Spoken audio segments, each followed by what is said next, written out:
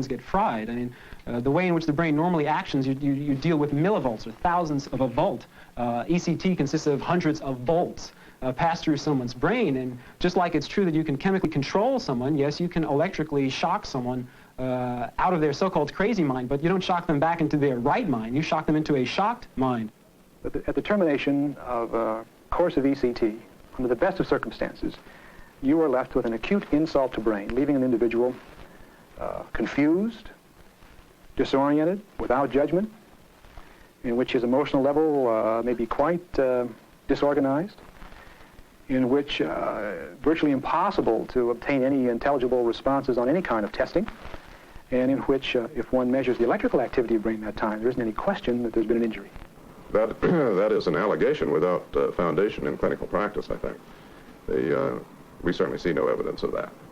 And since we've never had a death, there's no way of evaluating that in our patients, but perhaps someday there will be. In animals, we've not seen any evidence that when the animal is well ventilated and completely paralyzed, and when you do a treatment in the way that is analogous to the way we treat patients, that there's any damage whatsoever. If you look at the studies in which they claim there's no brain damage, you find the most bizarre findings, such as footnotes about one animal who was discovered to be bleeding in his brain, but they decided, the electroshockers who did the study, that this was irrelevant.